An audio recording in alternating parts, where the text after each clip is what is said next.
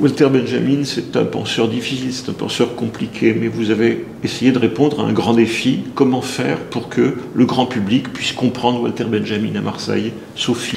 Oui, c'est effectivement notre mission que de mettre à la portée de tous des savoirs dits savants, hein, qui peuvent être difficiles d'accès pour un public de profanes et peu habitué à ce type de lecture. Donc ça, c'est vraiment notre mission. Et l'idée aussi de mobiliser plusieurs formes de médiation, comme les balades urbaines par exemple. Donc on a rappelé qu'un certain nombre d'artistes marcheurs estiment qu'ils sont les héritiers un peu de Walter Benjamin, flâneurs, empruntant des chemins de traverse. On sait, pour en avoir programmé très souvent, que les balades urbaines permettent aussi à des publics, des amoureux de leur ville, mais qui sont parfois éloignés du musée lui-même, de se frotter à ces savoirs. Et c'est un peu toute la beauté aussi de nos métiers, à la fois valoriser des collections, des fonds. Les archives d'ailleurs municipales ont contribué à cette mise en scène du Marseille des années 20 et 30, mais aussi proposer différentes entrées et postures, je dirais, de réception qui soient une manière de rassurer tout le monde. C'est-à-dire qu'on est là pour faire passer des réflexions très puissantes, mais on est là aussi pour que chacun se sente à l'aise et puisse picorer, découvrir et peut-être aller plus loin à un autre moment dans sa propre vie. Moi, j'ai été rassuré le jour où Alphabéville a invité Bernard Stiegler à parler de critique de la violence, et Bernard Stiegler a expliqué que c'était un texte très compliqué. Ça m'a beaucoup rassuré sur ma capacité de compréhension. Et en fait, il est vrai que j'ai choisi le texte Hachiche à Marseille de Walter Benjamin parce que c'est un récit qui me semble assez simple et très accessible pour un public jeune, ou en tout cas qui ne connaît pas la pensée de Walter Benjamin. Donc ça me semblait être le texte approprié pour justement ensuite peut-être aller plus loin et découvrir d'autres pans de l'œuvre de Benjamin. Au sein de l'exposition, il y a des choses qui sont des dessins, de la peinture.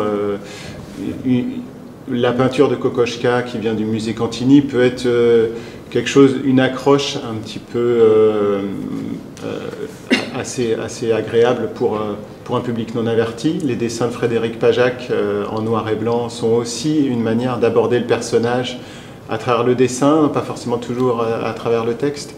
Donc ce sont par exemple deux modes d'appréhension qui permettent d'approcher le personnage et peut-être d'aller plus loin. Et puis au final, effectivement, ma proposition numérique sur table tactile est aussi une proposition qui sera mise en ligne sur un site internet. Cette mise en ligne permet donc d'avoir accès à un public assez large et via une diffusion qu'on peut imaginer sans limite, puisque sur internet, c'est une autre manière pour moi de donner en fait une image de Walter Benjamin sur un support interactif qui peut effectivement être un petit peu accrocheur pour un public non averti. Le cadre même de l'événement, c'est-à-dire la ville et la ville de Marseille, moi en un premier temps ça m'est apparu comme une contrainte, mais j'ai toujours pensé que les contraintes étaient productives.